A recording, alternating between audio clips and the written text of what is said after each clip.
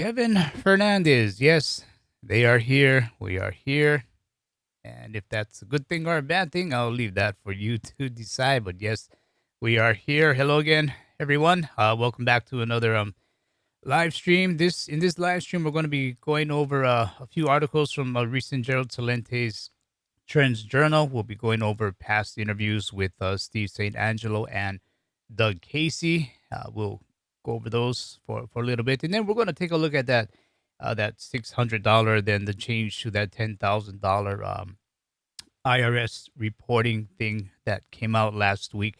Um, it did change. It was 600, and I had based the live stream about on that 600, and then it changed to 10,000. So at the last minute, I was over here scrambling trying to keep up with things. But anyway, we'll touch on that, and then we'll go ahead and revisit also that Ali Chehade interview. There was a lot of good response to it, so I think maybe there are a few talking points that we should go over. So we'll get started in a bit. Kevin Fernandez, how you doing? Pablo Pina, aloha.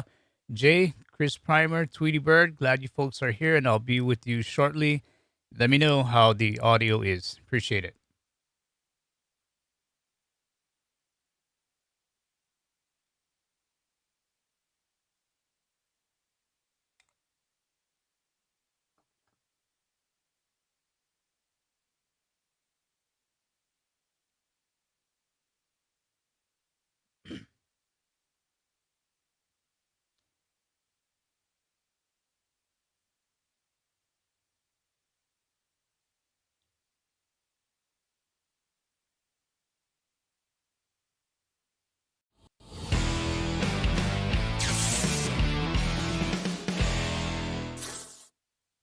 Hello again, everyone. Welcome back to another edition of Silver Bullion Television, our live stream. I am your host, Patrick Vieira. Glad you could be here. Again, just want to say a quick hello to you guys. It's been a while since I've seen you. Patrick Bateman, Ted Golden, Tweety Bird again, Bobby Jones, how you doing? Carrie Ellen Wilder, how you doing? Jay Delaney, Jay, glad all you guys could be here. Big Kenny Boy, what a name! I like that name. First time I've seen your name here. If you are new, go ahead, type in new and where you're from, and we'll see if we can go ahead and acknowledge you. And if you have questions, maybe just start it with a big fat letter Q so we can see that big Q that you have a question, and we'll see if we can go ahead and answer that as well. So again, glad y'all could be here. DC Precise, Miss Petite, how you doing? Like that name. Uh, Anamax, how you doing? Okay, so a lot of stalwarts. We appreciate that. Yukon Cornelius, like that name as well. Glad you're here. So again, thank you one and all for being here.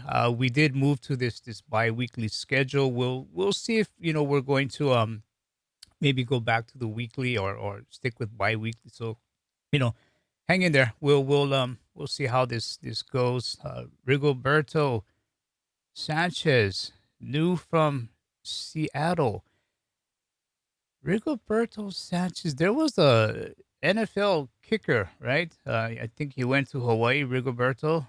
So I'm curious if that's you. You can just say yes. I don't mind. I won't know anyway, right? Rob Panhard, how you doing? Boyce Ulmer, again, big Kenny boy. Yeah. Again, these live streams are free. Price of admission is just a thumbs up. So if you can go ahead and give those thumbs up, we actually truly do appreciate those thumbs up. So again, if you are new, go ahead and subscribe.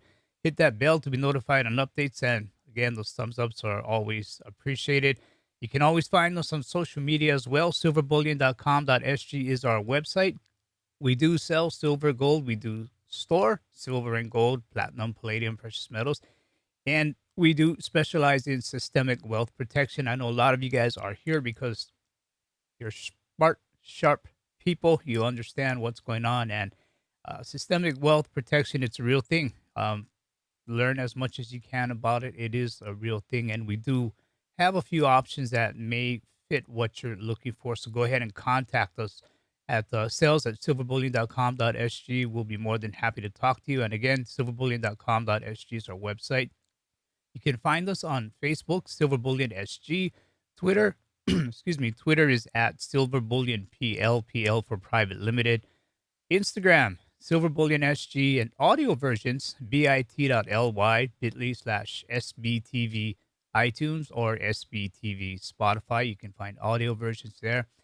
And Crisis Tracker. It's getting busy. A lot of crisis going on. So go ahead and if you have that Telegram app, or even if you don't, go ahead and download it. We find that it's one of the more secure apps out there, one of the more private apps out there. So go ahead and download it. Search Crisis Tracker, one word, and simply join the group. And we have Vincent and sometimes myself. We're here going through the news, and when we find interesting things, things that may be of importance to you, we go ahead and post it. So we kind of, as I say, sift through the weeds so you can save some time and hopefully find something that's pretty important to you. So again, can't say it enough. Welcome. Appreciate you guys being here. Jason, Jensen, James Bell from Florida. How you doing? What part of Florida? It's a nice place. Haven't been there, but always looks good. Mark, Anthony, Johannesburg, South Africa. How are things in South Africa? Rigoberto Sanchez, I told you could lie to me. You could have just said yes, and I would have been a fanboy, but it's okay. I'll still be a fan of yours anyway. Uh, what else is out there? 49 Fine, how you doing? Aloha from San Francisco. Okay, it's a nice place as well. Been there.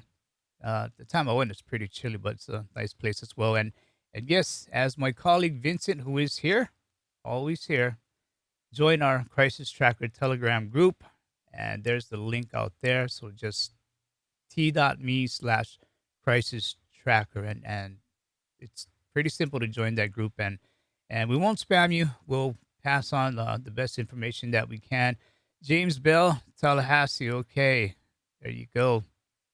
Seminoles having a rough time this year, huh? Florida State Seminoles. I know they're out in Tallahassee as well. And Paul, hello from Massachusetts. So again, hello one, hello all. Aloha. Thank you for being here. Upcoming guests. Excuse me. I think we have two pretty unique guys. One is Jesse Felder, founder, editor, and publisher of the Felder Report. Very well-rounded guy as far as economics goes. He's on it in all phases. And John Williams from Shadow Stats. I think most of you may know who John Williams is. Jesse Felder began his professional career at Bear Stearns and later co-founded a multi-billion-dollar hedge fund firm, headquartered in Santa Monica, California. And since then, he moved to Bend, Oregon. And shortly after he founded the Felder Report, and his writing and research has been featured in major publications and websites like the Wall Street Journal, Barron's, Yahoo Finance, Business Insider, all the big names pretty much, investing.com and more. And Jesse also hosts and produces the Super Investors and the Art of Worldly Wisdom podcast. If you can, look it up and join it. Jesse, I tell you, he's on it. And of course, John Williams, Shadow Government Statistics. We know him as Shadow Stats. A lot of us already know him. He does publish an electronic newsletter service that exposes and analyzes flaws in current U.S. government economic data and reporting, as well as in certain private sector numbers, and provides an assessment of underlying economic and financial conditions, net of financial market and political hype. So these two gentlemen will be coming up. So again, be sure to hit that bell and subscribe so we can notify you when these interviews come out.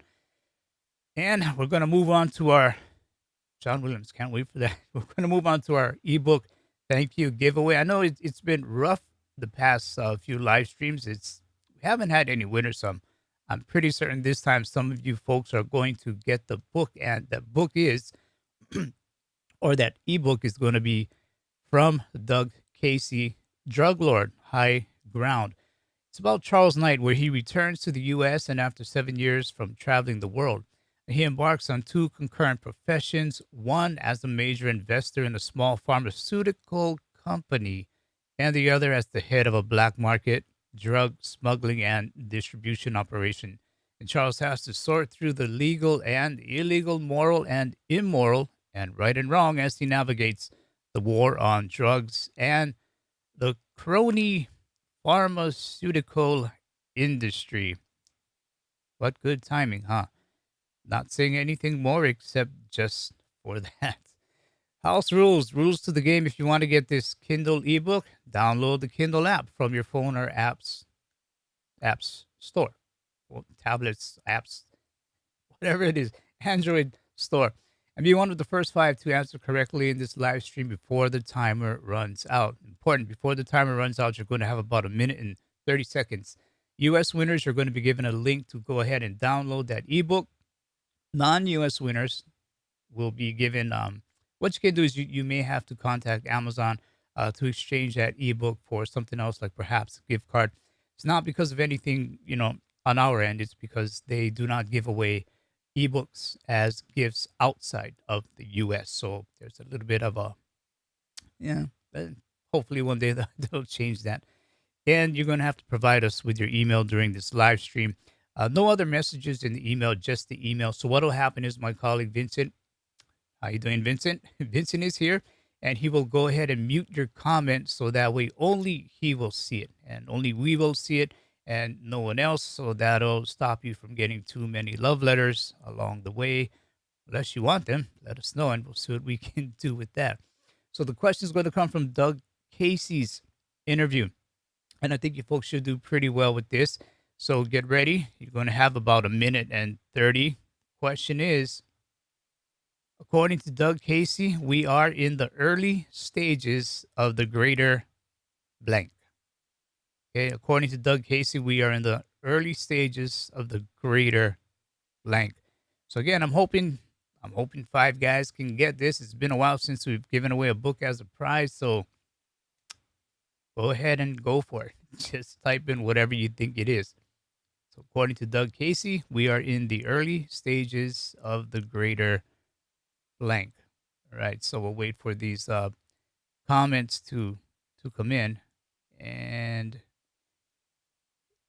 okay, let's see. All right, they're starting to come in.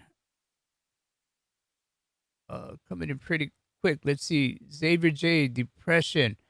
J, turning. Patrick Bateman, reset. Okay, let's see. Chris Primer, depression. James Richter, Big Kenny Boy, 49 fine. Okay, let me just see here. 1, 2, 3, 4. Okay, you know what? We got the 5 winners already. 5 of you already got it. And so what we'll do is we'll just let the timer run out anyway. So 5 winners. It looks like Xavier J, you got it with depression. Chris Primer, you got it with depression as well. Hang on. There you go. The greater depression. So let me go ahead and put your names up here. So Xavier J, depression. And then we had Chris Primer, depression. We had James Richter, depression. We had Big Kenny Boy. First time here, you got a prize. How you like that? That's pretty good. Big Kenny Boy, depression.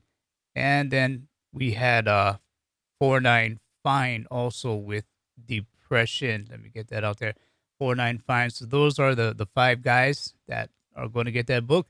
Xavier J, Chris Primer, James Richter, Big Kenny Boy, and we have 49 fine. So good job, guys. Good job.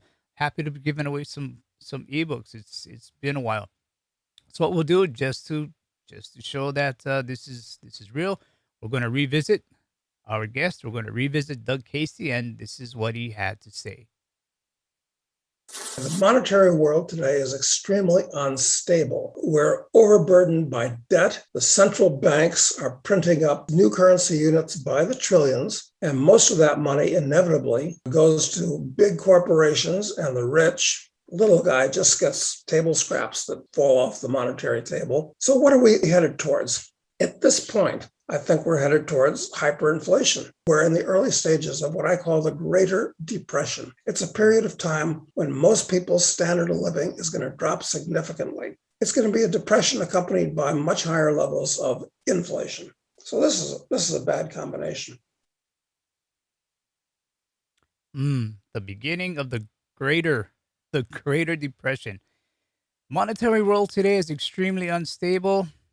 I'll put a check mark on that one. So Doug Casey says, completely agree. We are headed towards hyperinflation. I'll put a check mark there. I know a lot of people, some people believe disinflation. Some people still believe deflation, in fact. But then again, we also have to throw stagflation into the mix. I think Gerald Salenti is throwing in dragflation into the mix. So whatever it is, I think none of them are really good, and that's because monetary, monetary world is just not too stable right now. Most people's standard of living is going to drop significantly, and that's another concern. I mean, I know you guys all work hard out there. You're trying to do the best you can, build up as many things as you can for yourself or your family. Hopefully, you see if you can get some generational wealth going for your lineage down the road. And, we're doing this all under the shadow and sometimes under these dark clouds of, our own central bank, our own government, um, things going on in the world. And it can be rough, but you still got to do it, whatever you need to do. I mean, that sun may break through one day, shine on us a bit, and then bring back these happy times. Got to think positive in some way, right? And we're going to get back to Doug's interview, but first we're going to go ahead and take a look at the Steve St. Angelo interview. So I just want to go ahead and take a look at a few of the comments here. I haven't seen you guys in a while, so I want to make sure we touch base. Yeah, Big Kenny Boy, woohoo. Woohoo for Big Kenny Boy. Yeah, gotta love that guy. Patrick Bateman, absolutely 100% facts.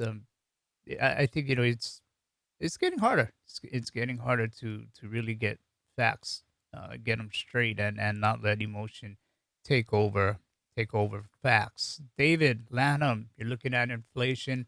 I am too. I think it's already here. We're seeing it, but how far will it go? I mean, I think you folks out there that know me. I've said if the Fed couldn't get their inflation for over a decade, when they do get it, what makes anyone think that they can control it again once they do get it? So there is concern there with the hyperinflation. Silver UFO, nice name. I like that. Congratulations again to the winners. You guys are great. I love how you guys compliment each other. It's nice to see. Let's see. JJ Stacking, U.S. was destroyed by design. Tell you what, I can't argue. I cannot argue. I cannot argue that. Let's see what else is out there. Okay, looks like you guys are doing good. So, okay, hey, so let's move to Steve St. Angelo. 3 clips from the interview that recently had with Steve. It all comes down to the falling energy return on investment. The reason why the ancient Roman Empire debased the silver denarius was because they reached peak silver production. And why did they reach peak silver production? Because they reached peak wood energy return on investment. They didn't run out of silver ore. They ran out of easy to access wood to turn into charcoal to smelt lead and silver. So to keep business going, they debased the currency. And that's what we're doing now. Same thing. Nothing's changed, except oil is a lot better than wood. You can do a lot more with oil. That's why we have this high-tech system. And so that's where we're at now, Patrick. And unfortunately, the falling energy return on investment, there's nothing you can do to stop that. It just gets worse every year. And so we're seeing this massive debt, and that's being used to prop the system up to continue business as usual for another year. But at some point in time, the whole thing starts to fall apart. All right. So Steve St. Angelo, clean minds out there. He's talking about peak wood. Okay, let's have a clean mind. So in part, why did the Roman Empire debase? They didn't have the energy resources to process silver is one reason. Today we don't need wood, yet debasement continues via money printing. This money printing is just incredible, or keystrokes, if you want to say. There's no printing anymore. It's just all keystrokes. Okay, so keystrokes, but you know what we mean. And the thing is, we absolutely do need oil for just about every good product and service. So what happens when it becomes too expensive to go after oil? I mean, companies fold, maybe they merge. Oil prices, they need to go up in order to be profitable. And government gets involved. They subsidize, they tax. Some cases they may even nationalize. So, when we do need oil, there's no alternative for now. Oil plays in almost everything that we consume or have. It is important. And I know they talk a lot about green energy. The thing is, you can't really get that green energy without without oil as well. I mean, maybe you'll cut back on oil somewhat, but I don't think you're ever really going to get off of oil. But, you know, we're not in charge, right? Our politicians, our leaders are going to decide that. So let's see what they do. And hopefully they don't create too much more hardship out there. Let me take a quick look at the comments here. Pablo Pina, transitory transflation. That's a new one. That's a new one. Okay. Let's see. David Lanham. No, he didn't say to buy wood. He just was saying back in the Roman times, they had to, because they used silver and metals when they smelted it to create their coins. They had to use a lot of wood to get the heat up, I guess, in order to go ahead and work that silver to melt down and make their coins. That's more or less what he meant. They needed energy to create their money. That's what he was getting at. So another clip from Steve St. Angelo. We're trying to run the world at 100 million barrels of oil production a day. And oil is the main energy source that allows all other energy sources to work, such as coal and natural gas. Without oil, you can't produce as much coal and natural gas. This is the way I want people to think about this. If you're running a car at 50 miles an hour, you get excellent fuel mileage, 38, 40 miles a gallon, depending on the car. Now, move that up to 75 and then move that up to 100 miles an hour and keep that car running on a highway or on an interstate out in the middle of nowhere, 100 miles an hour for hours. The only thing you can do is stop and get more fuel, and you get back on that interstate and you run 100 miles an hour. And just keep doing that for days and weeks and months. The car is going to fall apart. So the issue is we're trying to run the world at such high oil, natural gas, and coal rates. When there's a disruption, it becomes very volatile. We're at this energy cliff now. We're at the peak, and it's going to be very volatile. All right. So let me just throw up a quick reminder here. 495 Xavier J, Big Kenny Boy. Remember to put your emails in chat if you want that ebook. Okay. So thank you, Vincent, for that reminder. 495 Xavier J, Big Kenny Boy. Go ahead and remember to put your emails in chat for that ebook. Okay, so without oil, you cannot produce as much coal. You cannot produce as much natural gas. And when energy becomes unstable, prices become volatile. And I think, with oil, we are starting to see volatility. Oil is the key driver in an economy. Should that oil price rise, everything rises. Let me see here. So I think I still have one more clip from Steve St. Angelo. Let's see. I know some of you guys, I saw nuclear always be funding. We need to go nuclear fuel, that is. Hey, a lot of guys are talking nuclear. A lot of guys are talking, I don't know if it's fusion or fission. One of those issions or fusions, fission, fusion, one of those. And you hear really guys who are in the know, they're starting to talk about this more and more. Nuclear, maybe not the big, massive nuclear towers that we saw when we were growing up, but a bit more smaller, or a bit smaller. And of course, technology has come a long way since then. So they're talking nuclear once again, and they're talking fusion or fission, whichever it is. So keep your ear to the ground on this one. One side is talking green, and the other side they're talking nuclear. So that'll be interesting to see how this unfolds. Let's see. Big Kenny Boy, you are correct. We'll never get off of oil. Green energy is a fantasy. God gave us oil because it is so energy dense. Nothing can replace that. Kenny, you're right. Oil, it's just difficult to remove ourselves from, and it is energy that also gives birth to other energy. Other energy can't be made without that oil, or can't be found or mined without that oil. So trying to get off it, very, very tough. Green energy, I know, they talk about it, but I think that's also going to be tough as well. So here's another clip from Steve St. Angelo. If energy really starts to get in trouble and stocks and bonds get into trouble, well, if I'm an investor, I'm going to go into silver and gold because they protect wealth. They're not based on energy being burned. So the thing is, when large institutions, financial institutions, and large investors start to understand what's happening with the energy and how it's going to negatively impact stocks and bonds, they're going to move into silver. And all they can get, they're not going to knock on someone's door and ask for their 20 silver eagles. They're going to go on the open market, just like they're doing in Europe from natural gas. And that's when you're going to see the silver price move up. That, to me, is the first big move is going to happen with the large institutions and investors.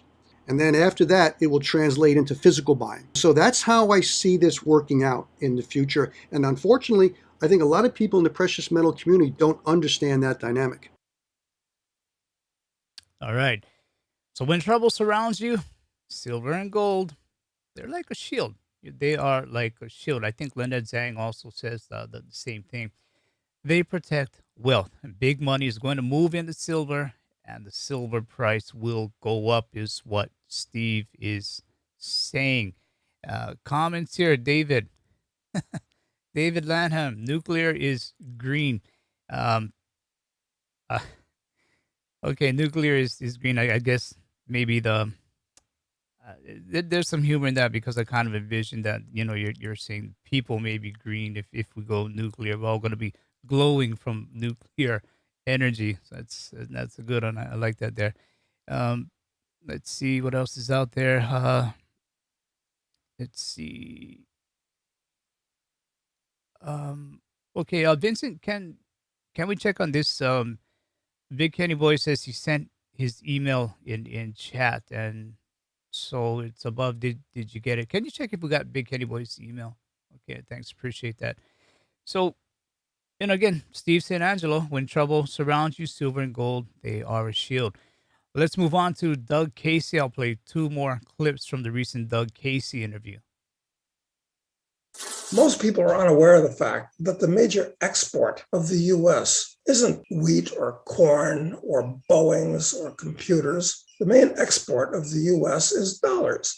And right now, the number of dollars being shipped out of the U.S. is greater than at any time in history. The U.S. is now running a trade deficit of about $850 billion per year. In other words, we ship out dollars, and those nice Germans ship in Mercedes, and the nice Japanese ship in Sonys, and they get dollars. The trouble is, there are maybe 20 trillion US dollars, I'm guessing, nobody knows, outside the US. And at some point, when the dollar starts losing value radically, they're going to want to get rid of those dollars. They're going to be hot potatoes. And at that point, the only place that will take them by law is the United States. Those dollars will be repatriated to the US. Prices will skyrocket and things will panic and fall apart. You don't want to have a significant part of your wealth in dollars. And I believe that in the future, gold, and to a lesser degree silver, which is mainly an industrial metal at this point, will again be used as day-to-day money. You can't trust politicians and bureaucrats with your money, for God's sake. You can't trust politicians and bureaucrats with your money. All right, Doug. The major export of the U.S. is dollars. The export of dollars is at its greatest than at any other time in history. And when the dollar starts losing value overseas, dollars will come back to us, and they are going to be hot potatoes. Gold and silver will be used again as day-to-day money. What are your thoughts on this? Um, you know, in order for that to happen, there are going to need to be things that are going to be changed, things that are going to have to be adopted. It's not as simple as I think, just change over. Uh, but I do like the thought mainly because sound money, sound money is where we need to be to keep governments honest, politicians honest. Um, it's really where we need to be.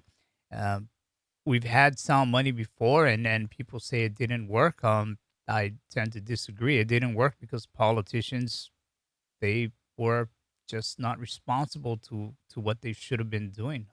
It's not the gold and the silver that failed. I think it's really governments and politicians that failed. So everyone free to have an opinion on that, but curious about your thoughts. Gold and silver will be used again as day to day money.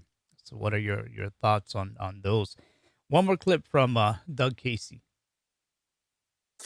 I think there's more upside potential in silver than there is in gold at this point. As much as I like gold, it's at a reasonable level compared to other commodities, compared to other things. Silver, I think, has a lot more upside. And why is it stuck at around $30? Let me put it this way. In today's world, almost everything seems to be overpriced. Now, that's metaphysically impossible for everything to be overpriced. But commodities are the cheapest thing in the world at this point, even though they've come up a lot in the last year. I think the next bubble to be ignited by all this money printing is going to be in commodities in general and certain commodities, silver among them in particular. So don't worry about the fact that silver's been struggling. I'm bullish. Silver is cheap. It actually is cheap relative to everything else in the world. I'm long silver. I like silver more than gold as a speculation.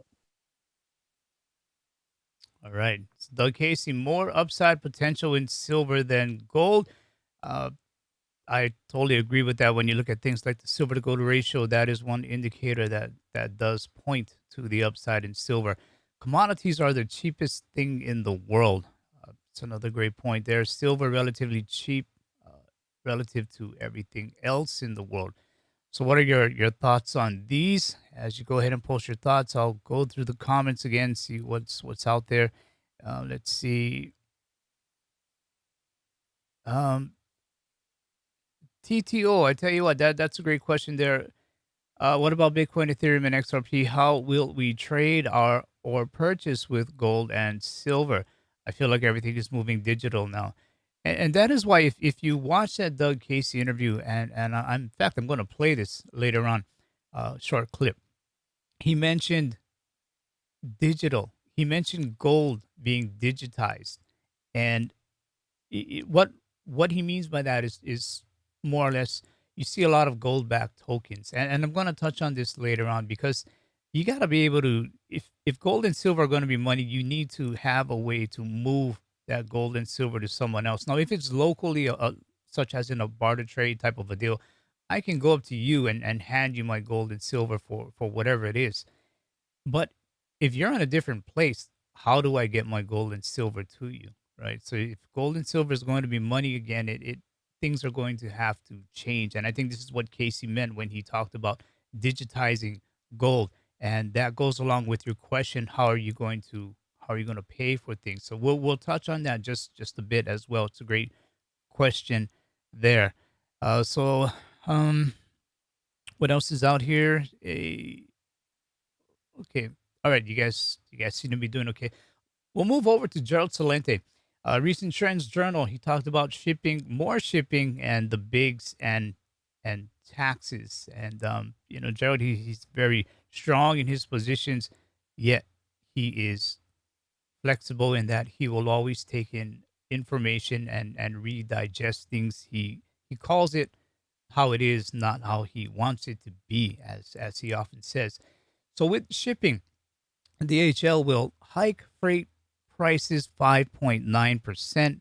As of 1 January, logistics company DHL will increase prices 5.9% for U.S. parcel shippers, matching FedEx recently announced price bump. DHL, which has limited domestic service within the U.S., raised prices 5.9% last year and an average of 4.9% this year.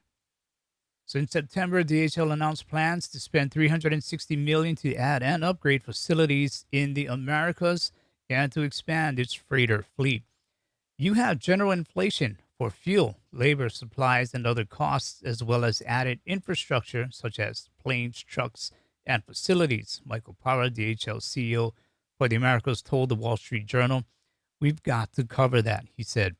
Competing shipper UPS has not announced changes to its price structure for 2022. More shipping, cargo traffic stacking up, inflation rising higher. The port at Savannah, Georgia, the U.S.'s fourth busiest, had 24 ships anchored outside and waiting for dock space on 28 September, twice as many as 2 weeks earlier, as noted in our article, Ships Clog Equals Inflation. This came out back in 14 September. Now, imports exceeded 1.8 million loaded containers from January through August this year, 30.1% more than during the same period a year earlier. The time a container waits to be taken inland from dockside has grown from an average of 4 or 5 days to as many as 12 at one point. Griff Lynch, executive director of the George Port Authority, told the Wall Street Journal. The average time now was 9.2 days at the end of September, he noted. And the containers stack up in part because trucking companies are unable to find enough qualified drivers to move them. Savannah's is the most crowded U.S. East Coast port with jams at Chinese, European, and to a lesser extent, U.S. ports having follow on effects around the world as companies seek alternate routes to get their goods ashore. The ports at Long Beach and Los Angeles have had as many as 73 ships stacked up waiting in recent weeks compared to 44 a month earlier that we reported. So ships are stacking up, guys. The number had edged down to 66 in late September, the Wall Street Journal said, and it's still in record territory. The demand for containers has raised the cost of moving a loaded container between continents from about 2,000 before COVID to as much as 16,000 or more now, as we reported in China closest key port terminal, trouble ahead. And you guys know this is something that I've been saying. Shipping has been backlogged and the prices have gone up astronomically from where they were. The Savannah terminals have been besieged by shipments for retailers trying to lay in stock before the Christmas shopping season. We have seen this transition from just in time in supply lines to just in case, and that is significantly changing our environment, he said. Because all of this extra freight being imported, it's creating a backlog from the ship side to the dock side to warehouses and across the whole supply chain. Moving on, the bigs and taxes. Bigs will still pay no tax under Biden reform. Joe Biden has decreed the current tax structure that enables 55 of America's richest and most successful companies to pay no income tax and has promised that his tax reform plan, now working its way through Congress, will plug that hole. The list of the so-called zero tax companies compiled by the Institute of Taxation and Economic Policy includes DTE Energy, Sealed Air Corp, and VeriSign. Until recently, Amazon was also on that list. However, there still will be zero tax corporations even if the current bill becomes law. Several analysts told the Wall Street Journal. The proposed plan would boost the highest corporate income tax rate from its current 21% to 26.5% and cut incentives for companies to book profits in low tax foreign countries. However, the bill does nothing to reduce corporate deductions for accelerated depreciation of investments or expenses for research development, two of the main write-offs that corporations use to negate their tax liability. Current proposal also does not include the idea of a minimum income tax that would require all companies to pay at least something. In addition, the bill includes new credits for green energy and low-income housing designed in a way that could let businesses use those venues to avoid taxes. Last slide here. Corporations that don't pay any taxes are still going to be able to go on paying no taxes. In some ways, might even be able to get a bigger refund. Frank Clemente, executive director of the nonprofit Americans for Tax Fairness, told Wall Street Journal. Now, the bill Congress has in hand chooses to allow some zero tax companies in exchange for rewarding those that engage in activities Democrats see as socially beneficial, Wall Street Journal noted. It's remarkable that there is no talk about this in Congress. So that's a wrap up of our guest revisits, and we're going to be moving on to our website, silverbullion.com.sg.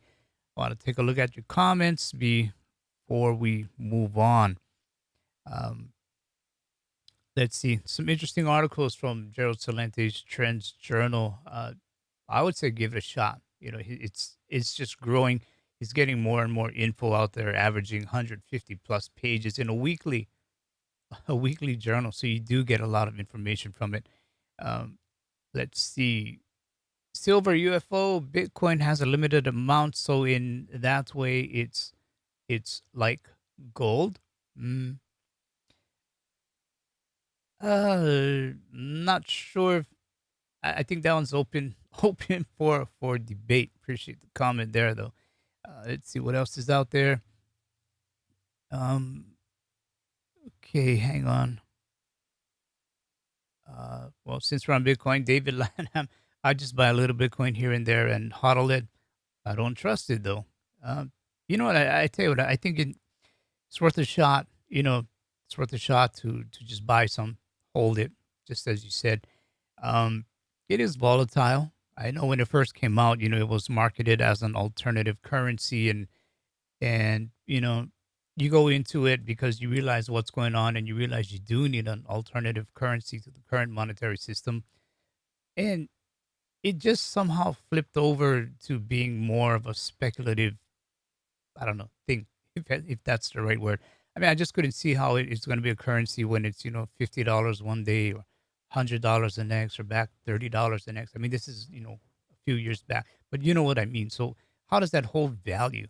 I mean, as long as it goes up, happy days, everybody's happy. But when it goes down, and it will, everything goes down. Um, we'll see how it is, how sentiment is then. But you know, nonetheless, I do think people should move into some and get some. Um, okay, what else is out there? I'll tell you what, let's just move on to our website, silverbullion.com.sg. Visit us at Millennial Walk. This is going to be our new shop. So looks like November 17th that we'll be moving in there. US dollar, silver price 24.43. Nice that it's still holding above 24. Gold 1794. It's nice that it's still holding at about that 1800 level. And then we see nickel 1970 per ton. This didn't seem to move. I think we may have to check on the feed there. But silver and gold still hanging on. That's a good thing. Still hanging on there. And then we move down to the ratio, which is when guys say silver is undervalued, a lot of times they reflect to this, the silver to gold ratio, where right now it's 73.5, which means it takes 73 and a half ounces of silver to equal 1 ounce of gold.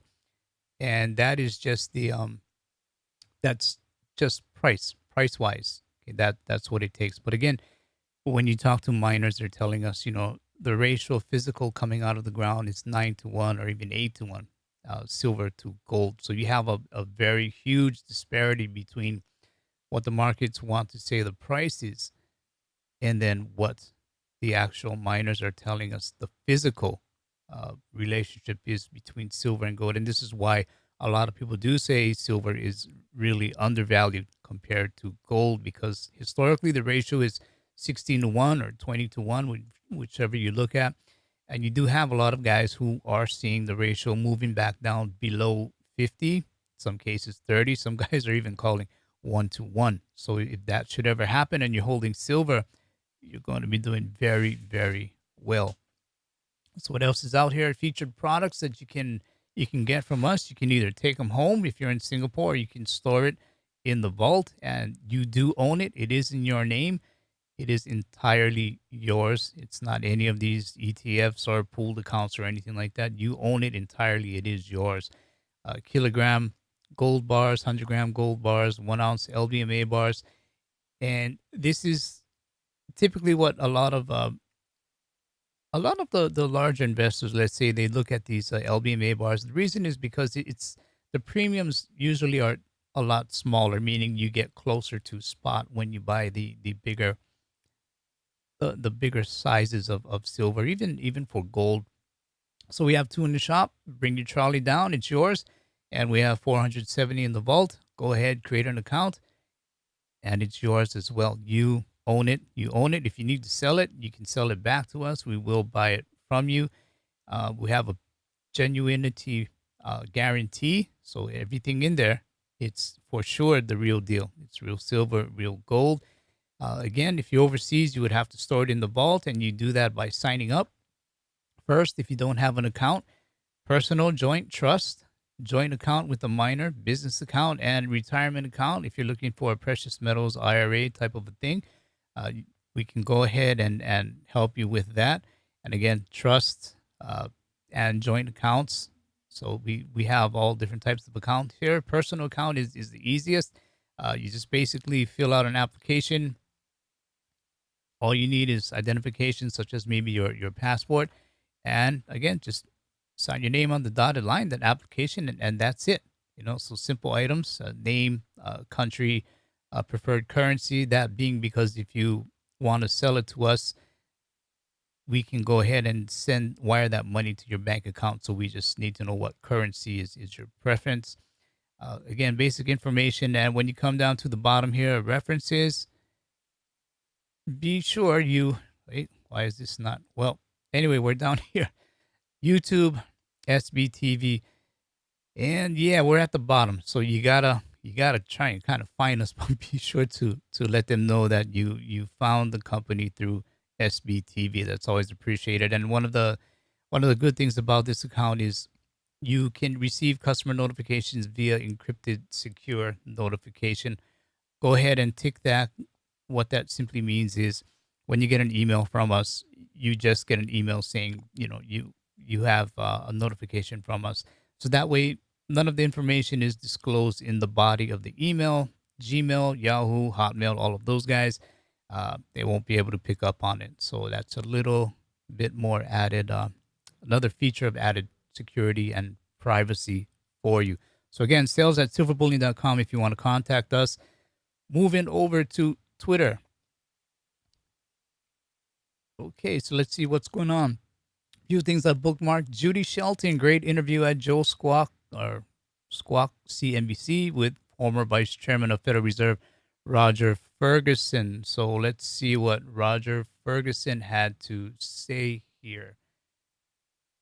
Talking about, Let me start this over. Okay. Is the risk in inflation, is it that we're underestimating it, given what we were just talking about? I mean, do you worry about money supply growth? Do you worry about energy prices? Do you worry about wage pressures, given trying to bring people back into these jobs, and people aren't biting yet at certain levels of wages? So the answer is, yeah, one should worry about all of those questions. I heard Steve's very good analysis of how energy markets have changed a little bit, and now we find that the U.S. is the largest producer of energy and has achieved self-sufficiency. So we worry about that slightly differently than we used to, and it may well be, as Steve suggested, that feeds into inflationary pressures. With respect to wages and job markets, we have seen in our CEO survey that a majority, around 55% of CEOs, are now saying across their companies it is very difficult to fill jobs. That's up quite significantly from the survey for the second quarter. And so we see that. We also see in the survey that around 60% of the CEOs say they expect to be raising wages by numbers that may approximate 3%, which is pretty high in order to bring individuals back. So we should watch the wage front closely. Now, my friends would be quick to say that a tightening labor market and increasing wages is probably a good thing for many people who have been left out and to bring people back in. So yes, we should watch that. And then inflation in general and supply chain issues, they are creating some real problems, both domestically and internationally. I think I saw a report this morning suggesting supply chain challenges in Germany may be slowing that economy somewhat, and certainly creating some challenges for all CEOs. So all of these things are in the mix, and I think they all explain a little bit, maybe quite a bit, of why it is that the general level of confidence, while still positive, has come down somewhat. Okay, so that's pretty interesting what he had to say. I mean, supply chain disruptions, they're all over the place. Let me pause that there. Mark Dice, YouTube censored the chart topping Let's Go Brandon. I think everybody knows what that means. Rap song at Real Bryson Gray.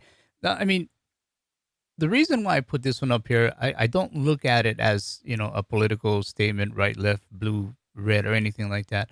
For me, it comes down more to how we are being censored in every and any way possible. They will find a way to censor you. And we're seeing this going on, happening over and over and over. And, you know, uh, I don't think really there's anything good that comes when you want to censor people. Uh, it's one of the things that make us what we are. The ability to debate and reason and think and have some logic. Uh, I think human beings, that's the types of creatures we are. We aren't the type where, we're not made to just have a piece of tape over our mouth and not say, think, or do anything. I don't think, we're built that way.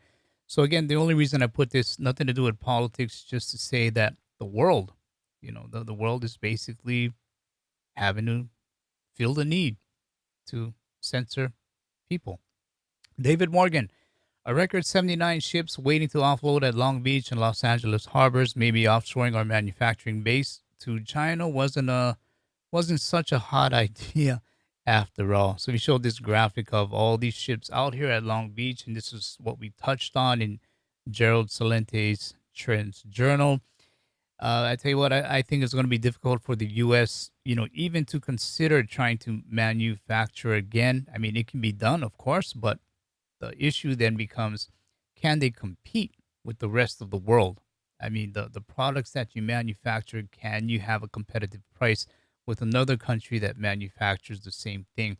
So I think, with the US, I think, once we started outsourcing all of these things, we kind of crossed the line, and it's going to be difficult to come back. And, it's, if you want to get your country to be, to get off, having to borrow money all the time or whatever it is, you need to produce things of value, and manufacturing may not be it anymore.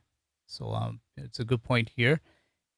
And moving on, let's see, sign of the times. So someone placed a massive gorilla and a lot of bananas in front of the Wall Street Bull.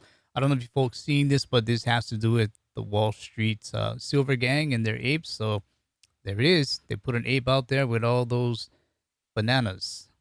Good job, guys, whoever that was. Pretty cool stuff. Will this happen? Remember the word unbanked. So I went over before how the goal is to get everyone banked in, and this would be another reason why everyone will be banked in and why the ultimate goal will be cashless. This coming from David Morgan. Check this out. Credit card cuts off spending when you reach your CO2 limit. And this is what they're proposing, what they're heading to. It's similar to a credit card, but what happens is whatever you purchase or spend on, everything has a sort of a CO2 amount attached to it. And so people will be given a CO2 limit amount on the things they buy, and once you cross it, that's it. The card won't work anymore. So this is actually what is being looked at. And go ahead and post your thoughts, because I'm interested to see what you think about that. Powell, he sold up to 5 million in stock in 2020 before the market tanked, and we'll touch on this a bit later on. Real estate market it's not going to cool off anytime soon. Higher home prices and higher rentals, wage increase, it's just not going to cool off anytime soon. Venezuela, using flakes of gold to pay for meals and haircuts. I'll show you this article a bit later on as well. They are actually using gold as a currency, as money in Venezuela. Some parts of Venezuela. We don't need to look at this one. And Luke Groman, Russia aims to replace the U.S. dollar reserves with digital assets long term. This is a mix of central bank digital currencies and also some private currencies is what Russia is looking at to replace U.S. dollar reserves. So Russia moving forward, moving off that dollar. And Colin Powell passed. And then, okay, what else is out here? I'll end it with this. It takes a lot of education to keep us stupid. There was a time where it took education to make us smart. Now it takes a lot of education to keep us not so smart, is what Zero Hedge is saying. And of course, that has to deal with mainstream media. So that'll be the end of a few things that I saw on Twitter. We take a look at a few of the comments here. JJ stacking in the Fed might be a good idea. Maybe a good idea. Forgotten creation, 1-to-1 will happen one day in this country. I suppose you're talking about the silver to gold ratio, 1-to-1. I'd be a happy guy. That would be nice. That would be nice. That's all I'll say. But that would be nice. I would look forward to that. I'm sure a lot of you guys would look forward to that as well. QD, when all fiat currencies fail, what will Bitcoin be priced in? What will gold be priced in? What will anything be priced in? That's a question. What is anything going to be priced in? So, I understand what you're saying, but I think it goes beyond Bitcoin at that point. What will anything be priced in? Good question, though. Let me see what else is out there. See, you guys had a lot of chat going on. That's good. Appreciate that. Let's see. Patrick Bateman, Boomer Joe. What else is out there? Okay, so everything seems to be going on there. So let's just move on to the topic of the day. Probably running behind schedule as always. IRS reporting on transactions over 600. Not so fast, my friend. They changed it to 10,000, and then we're going to go ahead and take a look at a few Ali Chehade talking points. I think that was I think a lot of us learned from that interview with Ali. So Ali, appreciate you coming on there. So let's start with this IRS reporting deal. The government isn't backing down from snooping on your bank account after causing a firestorm of controversy with a new proposal that would require banks to inform the government about accounts making transactions, you ready, over $600. Big money. Treasury Secretary Janet Yellen's trying to convince Americans that really isn't spying. Does this mean that the government is trying to peek into our pocketbooks if you want to look at $600 transactions? Absolutely not. The proposal involves no reporting of individual transactions. We have a tax gap that over the next decade is estimated at $7 trillion, namely a shortfall in the amount that IRS is collecting due to a failure of individuals to report the income that they've earned. But don't worry, Nancy Pelosi says the controversial provision will remain in the Democrats' reconciliation bill despite a lot of public concerns. Remember, Judge, when they told us, the FBI is not going to be spying and listening to people. Yes. And then the next thing you know, they abuse every law, spy, and then leak. Who was it who sat before Congress and said, no, the NSA doesn't spy on us? And then his eyes looked left. He said, but not wittingly. James Clapper, not wittingly. Right. I hate it when people lie to me. I actually wrote a book called Don't Lie to Me. Okay, here's the problem with, what's her name, Janet Yellen. She says, it involves no reporting of individual transactions. We are not spying, but there's a shortfall, a tax gap, a failure of some to report income. There's a lot of tax fraud. So we're going to require banks to report every customer transaction over $600. She is lying to you. They are spying on you, $600 or more. Now the bank is now an agent of the IRS. And that's the point, Geraldo. You can't have the banks deputized by the feds to snoop on American citizens. Well, we have that now. Let's Not remember like that. My point is the banks have been empowered and required to report transactions of $10,000 and more. Why? Because of dope dealers, all the cash business. So you get your cash, a stack of cash, you write a check, you're laundering the money. The banks can see that. But that's a lot different than $600. No, that's a huge difference. Right. Okay.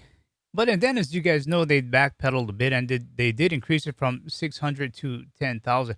I mean, but guys, does it really matter? 600, 10,000. I mean, this is, as far as I know, anything aside from your wages or your Social Security. They're not going to look at that, but they're going to look at anything outside of that. And I suppose if you make 50,000 a year, but you did 60,000 in transactions, well, where'd that other 10,000 come from? So I guess, to break it down, it's perhaps something like that they're saying. And it is interesting how Yellen said they're going to be 7 trillion short, 7 trillion short, and I'm going to touch on that. In fact, let me just show you why I think she said that. So let me come here real quick. I'm just guessing here. I'm not saying this is the reason why, but you can see back here this flat line. This is the Fed balance sheet right here. This flat line basically worked its way up to 1 trillion. Okay, and then we have the crisis in 208, QE, and all of that, and we find ourselves now at over 8 billion, or roughly, or 8 trillion, I should say, 8.5 trillion. We were fine all the way up to 1 trillion. So what's the difference between 1 trillion and 8.5 trillion? Well, it's 7.5 trillion. And what does Yellen say? We're short 7 trillion. So I'm not saying, with 100% certainty, this is why she's saying it. But you got to remember, when the Fed printed all that money and gave all that money out, they did say it's a loan, and meaning there needed to be collateral with it. And collateral, sometimes it's you and me, the taxpayer. So I found it interesting how that number is 7 trillion, and this number here is also 7 trillion. Everything was fine up to the first trillion, and after that, 7 trillion over the course of a decade. So I'm not saying with certainty that's the reason why. I'm just saying, kind of looks like that. So they backpedal from 600 to 10,000. Doesn't really matter. So the shortfall, Yellen says, is because you and me, bad people, we're not reporting everything we earned and paying taxes. So if you have 10,000 moving in and out of your account in a given year, above, again, your salaries and known things like Social Security, it's going to trigger banks to report on you. Banks are going to report on us, and the same banks, the very ones who consistently help and aid launderers, manipulate markets. These are the guys that are going to snitch. These are the guys that are going to snitch on you and me. Really? All right. Upside down world here, topsy-turvy. Let's take a little deeper look at this. Yellen denies IRS monitoring 600. Of course, we know this changed to 10,000. She denies that it's spying on Americans. Treasury Secretary Yellen had said a proposal allowing the IRS to monitor bank transactions over 600 would tackle tax fraud among the super wealthy and was not aimed at spying on ordinary Americans. It would be a little bit easier to believe if that number was like 50,000 or something like that. But 600, she let the cat out of the bag, and you can't backpedal from this. The intent was to take a look at everyone. 600 is everyone. But she says it's not spying. Biden administration's proposal would see banks turn over aggregate. Okay, so this isn't individual transactions. Aggregate inflow and outflow of numbers annually to the IRS for bank accounts with at least, should be 10,000 now, or at least 10,000 worth of transactions, according to the Wall Street Journal. The IRS has said the plan would raise over $460 billion in tax revenue over the next decade. Some Republicans have called it an invasion of privacy. Wyoming Senator Cynthia Lummis challenged Yellen during a Senate Banking, Housing, and Urban Development Committee, saying, "Do you distrust the American people so much that you need to know where they bought a couch or a cow?" So basically, this is really turning into a distrust type of a deal.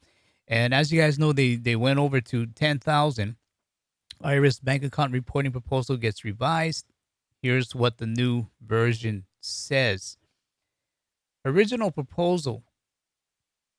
Okay. Oh, well. Party's over.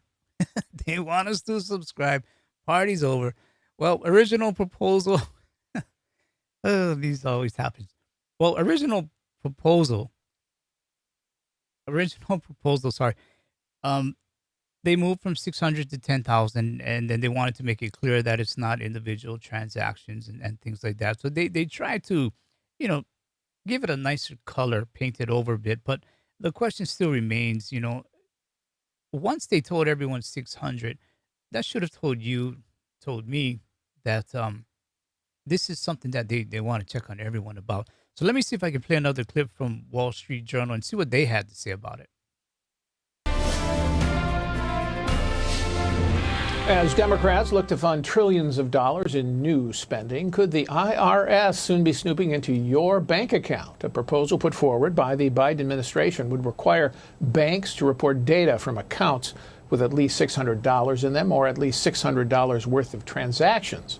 Democrats in Congress say that threshold is likely to increase in any final bill to as much as $10,000, but the effect of the policy would be the same, with the IRS collecting bank account data on millions of Americans. Treasury Secretary Janet Yellen defended the proposal this week, calling the reporting routine and claiming it's needed to root out wealthy tax dodgers. Let's bring in our panel: Wall Street Journal columnist and deputy editorial page editor Dan Henninger, columnist Kim Strassel, and editorial page writer Mene Ugabarua. So, Mene, first let's just fill in our audience about what happened this week after we published an editorial pointing out that $600 threshold for the policy. There was some scrambling by Democrats, and now they're saying $10,000. What happened? Well, I think there was a big public backlash to the idea that the IRS is going to be collecting data on bank accounts for just about every single American. Obviously, currently income is reported for everybody who's filing taxes, but the IRS doesn't usually have access to your regular bank savings and transactions. And so the Democrats realized that this policy was very unpopular, and so they decided that they were going to try to lift the cap to suggest that it's going to cover fewer Americans. But as you suggested, the result of the policy probably is going to include just as many people. I mean, almost everybody spends $10,000 in a year or receives $10,000 to any active checking account, and that means that they're going to be able to see your bank balance and the list of transactions sort of reported to the IRS. Kim, so what's the argument against this or for it? I mean, is there who's opposing it, I guess, and why? Well, there's all kinds of arguments against it, obviously, and the biggest one is simply that it's such an extraordinary invasion of privacy of average Americans. But I think the bigger problem, Paul, is that it won't even accomplish its stated purpose. They claim that they want to do this because they want to get wealthy tax cheats, and that there's all this unrealized money out there that should be coming into the IRS. But if you look, the reality is the more affluent people are, the more likely they have an accountant who keeps them on the right side of the law. And that's one of the reasons why even when the IRS litigates some of these cases, they lose, because there isn't a ton of money there. The reality is that most of the improper payments out there are done by average Americans or lower income Americans. One of the biggest sources is fraud within the earned income tax credit. So this is a policy that is in fact going to hit squarely on average folks and in modest amounts as they come in. Okay, are we getting this? I think 49 Fine, you pretty much summed it up, my friend. Yep, them billionaires, they're hiding that their $600 or now them that $10,000, aren't they? Sure. This is really about, what they're trying to tell us it is. I mean, $600, they let the cat out of the bag already. It's too late. 10,000, I mean, still just about everyone. It is still just about everyone. Let's see what else is out there. What if you win $5,000 in a casino? Then you sign up for an account and you buy some silver and gold and you store it with us. That's what you can do if you win $5,000. Well, consider it. You may want to consider it. But I mean, the point is, how it's a bit of overreach. How far are they really going to reach still? So let's play another clip from Wall Street Journal. Yeah, Dan, elaborate here on the political calculation. I mean, let's face it, the IRS is not exactly the most popular arm of government. And yet Democrats seem to be leaning into this. And this isn't the first time, right? They're also proposed $80 billion in their spending bills to hire an army of new IRS auditors. And those will be unleashed on all kinds of taxpayers, not just the super rich.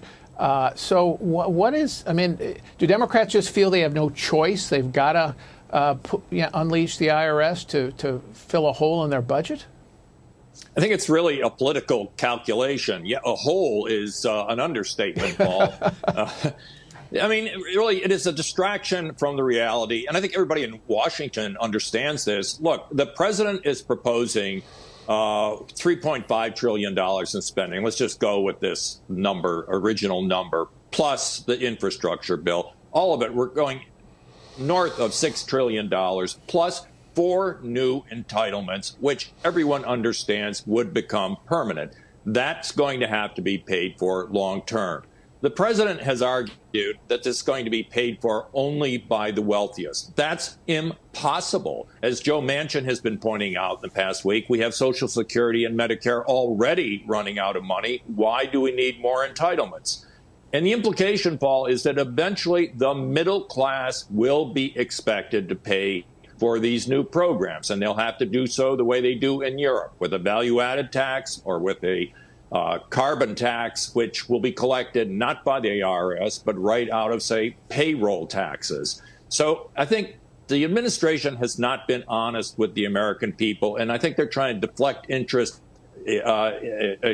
people's attention to the IRS and the idea that they're only going after the wealthiest. This dispute makes it clear that the middle class is involved big time. All right, let me pull up a couple comments that came out there. Tyler Jefferson, this is a great point. 600 is somehow going after the rich, but let's remember 10,000 is only 5 or 6 ounces of gold. I mean, if you want to put it into a something that you would buy, it's just 5 or 6 ounces of gold. So, it is overreach again. I don't know. This it's just it's really getting to a point where you gotta wonder, or well, you probably already know, have a good idea what's going on out there. But Mark Hill, see, and this is why it's really a problem. They would like to audit us, but yet no one audits their printing or the gold in Fort Knox. Great point. They want to audit us for, these types of things. But tell us about the gold. Do we really have the gold? I mean, so that it's a fair question. I mean, you can't be. This is when governments and politicians get in trouble, when they start turning to be hypocrites with what they can do to you, but you can't do to us. And this is when really you're coming close to the end of really when your nation is really starting to crumble, when they separate themselves from the people. You can't do this, but I can. These types of a thing. It's really a sign. It's really a sign out there. So let me show you one more article from Forbes. So here's why actually the IRS, let me get rid of these.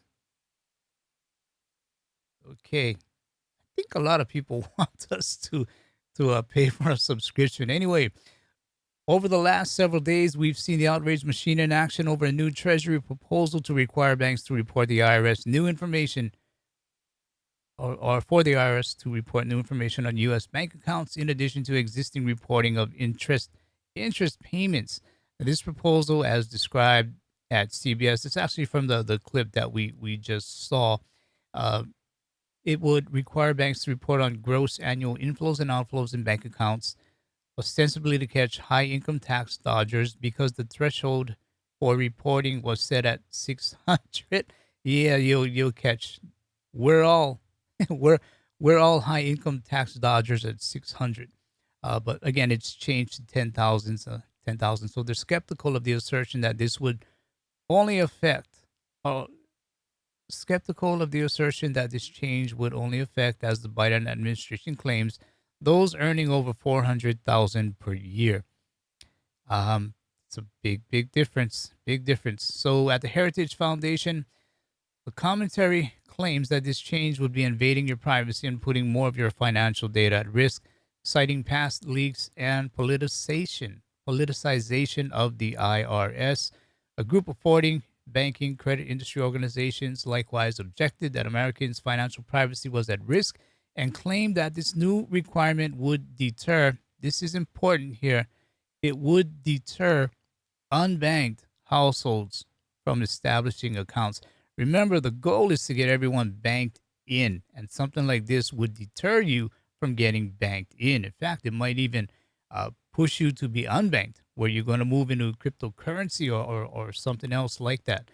So other politicians have cited in fact checks mischaracterizing the proposal claim that it would result in the IRS examining the particulars of every $10,000 transaction, whether the very low threshold is an indication that the administration is being dishonest in its claims that their objective is to only catch wealthy tax cheats when they are in fact setting the stage for wider pursuits, or whether this is more a matter of failing to think through the implications of such a low threshold. Who can really say? So the article pointed out that should be 10,000 yearly transactions will attract people to move more into being unbanked, and that's going to be a problem. They are not going to like that. If people go unbanked, where do they go though, and how do they transact? Where do you go? Some guys are going to, for sure, they're going to move into something like crypto, without a doubt, because then they could also transact in that crypto. But remember, a lot of times when you open up accounts at these exchanges and whatnot, you go through a KYC process. So in a sense, you are in a way still kind of banked in. But the thing is, are we crooks? Are we crooks? Are we the ones hiding, shuffling money, assets? Are we the ones privy to information to play the market? I mean, we're not this guy, where the Fed is subsidizing the money market funds operated by Larry Fink's BlackRock, as BlackRock manages a big part of Jerome Powell's wealth. Let's see if I can make this a little bit bigger. You see, you and me, we're not this guy, okay? So last year during the financial crisis, Fed Chairman Jerome Powell held five confidential phone calls with BlackRock's chairman and CEO Larry Fink. The first call on March 19, 30 minutes. So basically he was in touch with the guy, communicating. A total of 100 minutes that the chairman of the Central Bank of the U.S. spent on the phone with the man who heads the company that is also managing a large portion of Powell's wealth through its iShares exchange-traded funds. The dates and times of the phone calls come from Powell's publicly released daily calendar. Powell's phone calls with Fink, now, in fairness, we don't know what they are about, okay? So Powell's phone calls with Fink continued this year on Feb 5. So again, another 30-minute phone call, again in March 1. This time it was a bizarre hour-long virtual meeting between Fink and the Board of Governors and the Federal Reserve and Fed staff. Powell's daily calendars are only currently available through August of this year. Anyway, the growing impression is that Fink is functioning in a consulting capacity to the Federal Reserve, while his company BlackRock also manages a significant part of Powell's wealth. It's a problem here.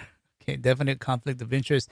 The Fed also gave BlackRock 3 no-bid contracts in 2020 to manage the Fed's corporate bond buying program. Under those contracts, BlackRock was allowed to buy up its own exchange-traded funds. So now we are learning from Crane repo data that a big chunk of the Fed's overly generous reverse repo operations, and this is at about $1.5 trillion daily. I mean, if you ever go ahead and take a look at it, reverse repos are at about $1.5 trillion daily, and they have landed in BlackRock money market funds. So Crane repo data reports that as of September 30th, BlackRock liquid Fed fund money market held $84 billion of the Fed's reverse repos, while its BlackRock liquid T fund held $65 billion.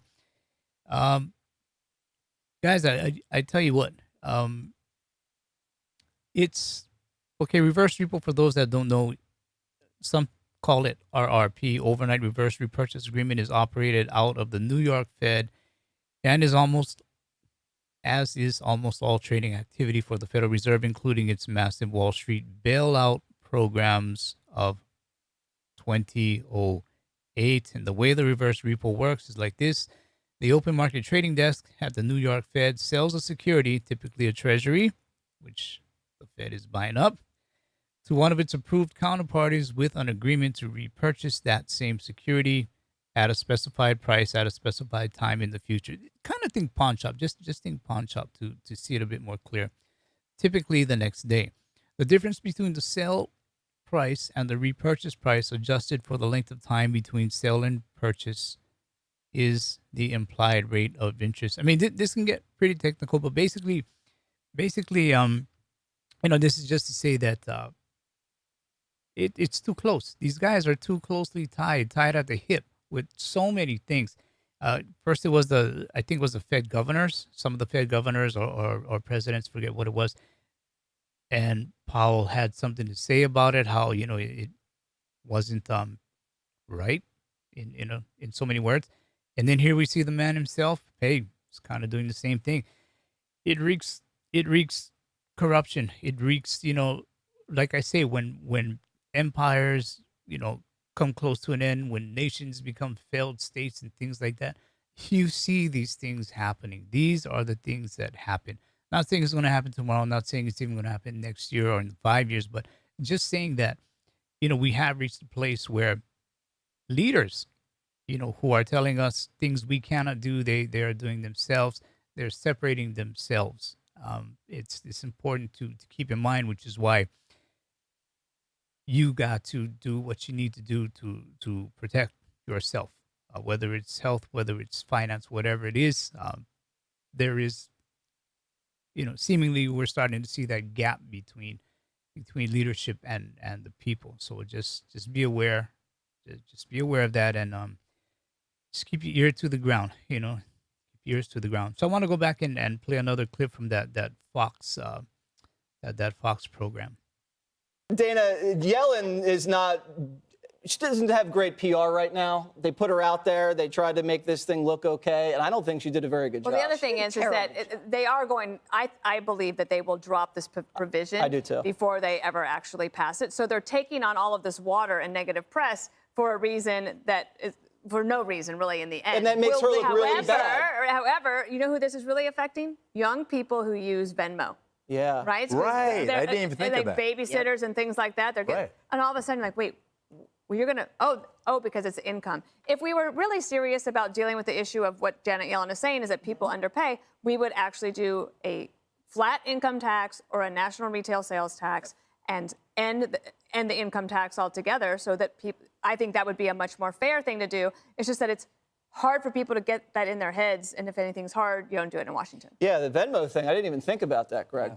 There's a lot of things you don't think about, Jesse. I know. We could spend all day. Yeah, I think that should be a special. Stuff Jesse didn't think about. On Fox Nation. Sundays, yes. But what's we got room. But when you think about the fact that the Soho Gallery got $500,000 in PPP to show Hunter's paintings, right? You can that's taxpayer money that went to that gallery. But it's the taxpayers that are getting targeted, and Hunter is not. That should make your blood boil. I love the fact that she didn't deny it. She said it's not happening, but then she goes, well, the reason we're tracking small, she gives you the reason, it's a shortfall. Yeah. And I go, well, so the reason that's not a denial. You don't, I am robbing you because I'm broke. No, you're supposed to say I'm not robbing you. But she didn't. So she admits it's a power grab. And all of these people, Tyra said this like a couple of nights ago on the show. It is about the waitresses, the bartenders, the small businesses. That money's not going to go into the bank. Babysitters. You're going to have to start. It's going to go right back into the mattress. That's right. 1-800-mattress, the new bank. That's right. A coffee can buried in the backyard. That's what I do, Dana, with money and other things. You want to give us your address. Joins the basement. It's never been a better time to buy gold. Yes. All right. You see. Never been a better time. Never been a better time to buy gold. Absolutely, absolutely. Let me take a look at a few of the comments. Okay. Tinfoil hat, plumber, sounding like a rebel. I'm sounding like a rebel. I think guys who know me, they know that I am pretty fair. I mean, I will look at two sides of the coin because I can be wrong. I can be right. I can be wrong. But the thing is, you got to look at two sides. And some things you may not want to hear, but if it's truth, it's truth. And you got to take it, consume it, digest it, and look at two sides of the coin. Um, for me, this is pretty pretty obvious already. When you have politicians, like I say, they're creating all these rules for us, but then again, not for them. They're exempt from it. And these are guys, 20, 30, 40 years in politics, exempting themselves, and it extends to their families, people who know them. Um, as Ali Chehade said, I don't think we're going to have time to look at his talking points. It's running a bit late here. As Ali Chehade said, he he runs out of electricity. His generator runs out of electricity. Can't buy fuel. His neighbor is on almost all day. It's just off a few hours at a time. So why does his neighbor why does his neighbor why is his neighbor able to get fuel, and why is he not? Now the thing is, these generators, they get them from private companies, and then these private companies, they go ahead and they get the fuel needed to run the generators. Now, according to what Ali Chehadi said, the ones that the generators are able to stay on all the time, they have connections in they have connections with politicians. Basically, those companies have connections with politicians. They're able to get the fuel. Whereas for Ali, his provider, I guess, doesn't have those connections. And this is what I mean when I say there starts to become a divide, and you know the have and the have nots. And so Ali, he's without electricity. His neighbor has electricity. Why? Only because one service provider has connections to politicians and the other doesn't. And this is why it gets more than dangerous. And this is why people need to hear two sides of every argument to really understand it more. So Fox News saying, get yourself some gold, and so did someone else. And I believe that in the future, just because it's logical, gold, and to a lesser degree silver, which is mainly an industrial metal at this point, will again be used as day-to-day money, maybe in digital form, but there'll be money again. You can't trust politicians and bureaucrats with your money, for God's sake. There you go. So as Doug Casey says, get yourself some gold, perhaps in digital form. Now, again, I was going to look at Ali Shahid, but I if we do that, it's going to be a marathon. So maybe maybe find time to watch his interview if you haven't had a chance to watch it yet. But even Doug Casey is saying to go ahead and get some gold, but in digital form. Now, I want to throw up a few comments here. Let's see where they go.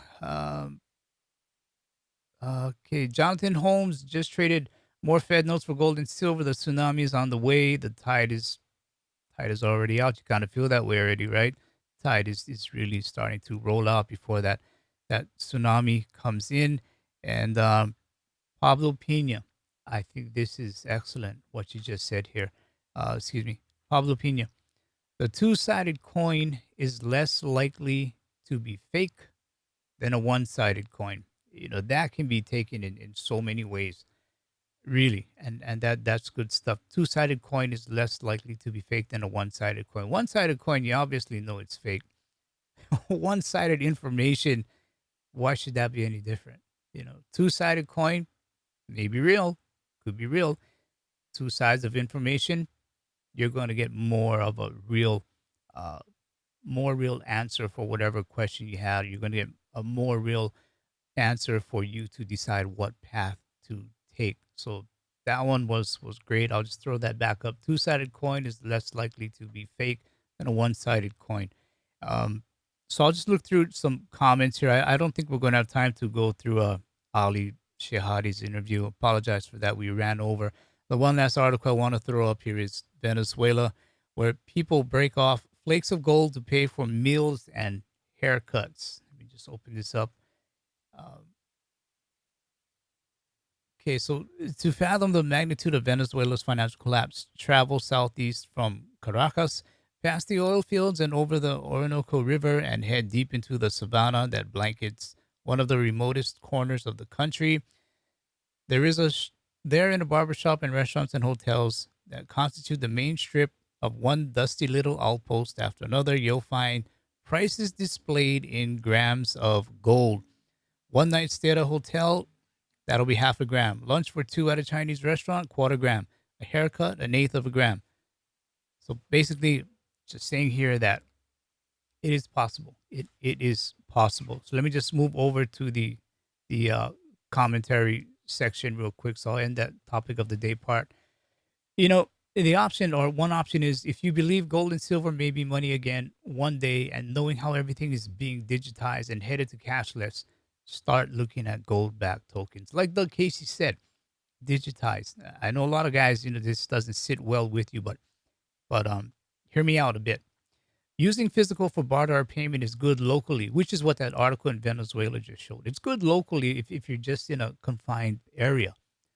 But what if you're buying something from someone far away and they are willing to accept gold or silver? So how do you get your metal to him or her? I mean, really, as an example, Carrie Ellen Wilder, if you're there, if you have some fine recipes for Thanksgiving and you take gold and silver as payment, how do I transact with you? I can't get you my gold and I can't send my gold and silver to you. So this is the issue where, why Doug Casey says in some ways it needs to be digitized if you're looking at gold and silver as being money again. And this is what he meant, gold and silver in digital form. And perhaps on the next live stream or live stream coming soon, what I'm going to do is I hope to get back Kareem Rafa to go over cash gold to explain to us just how we can do this, to get gold into a digital form in a clean, clear, and transparent way to know that the gold does exist here and now today. It is here today. It's not some future production that a lot of people offer. It's not gold in the future. It's here and now today. You're going to see it. You're going to know exactly where it is. It's the real deal. So hopefully I'm going to be able to get Kareem back on and he can go over this with us because I like gold and silver just as much as the next guy. The thing is, I also understand if I'm going to use it, how do I transact? I can't give gold or silver to Carrie Ellen for a Thanksgiving recipe. I need to have it digitized to be able to send it to her. She needs to be able to accept it. And she needs to know that it's really there, that gold is really there. So we'll try and get Kareem back on and he can go over these things with us. So we are going to need to understand to be able to do this at some point. I know it's a sticky part where, a lot of us, we're like, no digital gold, no gold token, this and that, but it's how do we transact? We have to find a way to transact with it. So we'll see if we can get Kareem back on. So anyway, that'll wrap it up. I apologize for not getting to Ali Chehade's interview. Go ahead and watch it if you didn't, because it's almost prophetic. The things that he had to say, it's almost prophetic. So that'll end up the commentary section. I'll take a look at a few of your comments, and then we'll all get out of here together. Tweety Bird Rebel, yeah. I tell you what, guys, I think it's just more,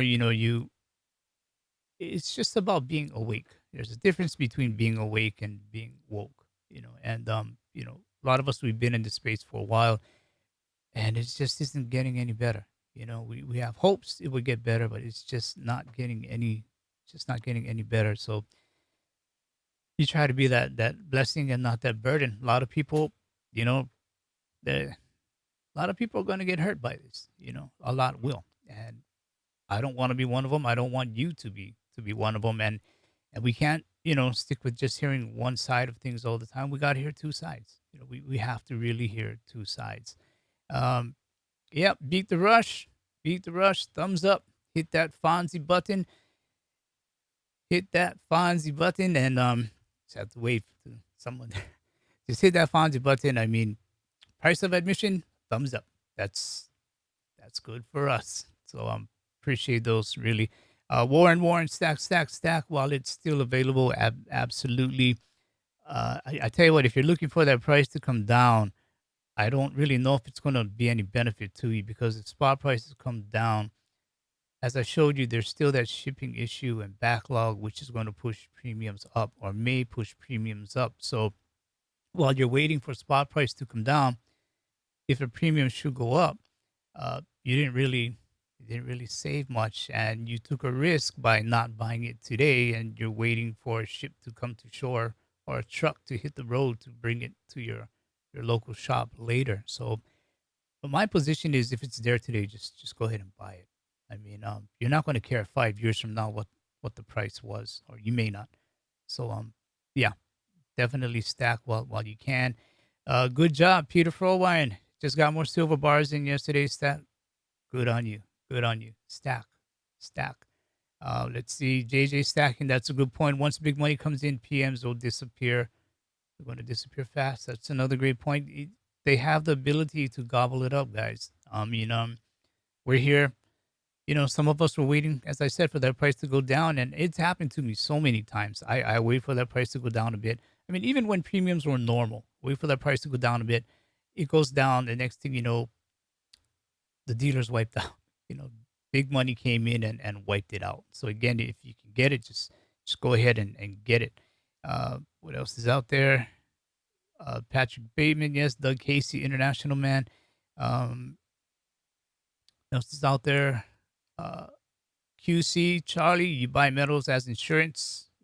Absolutely, buy metals as insurance. I do myself. Let's see what else is out there.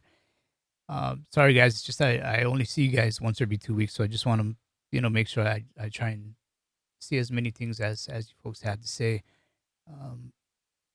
Okay, let's see. Yeah, Big Kenny boy, first time here. Talk to you a lot, right? Thanks. I'm glad you had a great time. I'm glad it was enlightening for you and fun. And yeah, you'll get the gift. We got your email. In fact, that reminds me, Xavier J and 49 Fine still don't have your email. So if you can, just go ahead and let us know your email. We wrap it up. So again, be that blessing, not that burden. We already know, things are definitely, it's going to be some trying times, and we gotta stick together. We're all in the same boat together. As I say, stormy seas, sometimes you gotta lean left, sometimes you gotta lean right to keep that boat balanced. And this is what I mean when I say you gotta take in two sides of that coin. Whether it's things you like or you don't like, you gotta keep your boat balanced. Okay, so as always, take care of each other. See you guys in a couple weeks. Saddle up for what's coming ahead, and silver up as well. I'll see you guys in a couple weeks. Take care.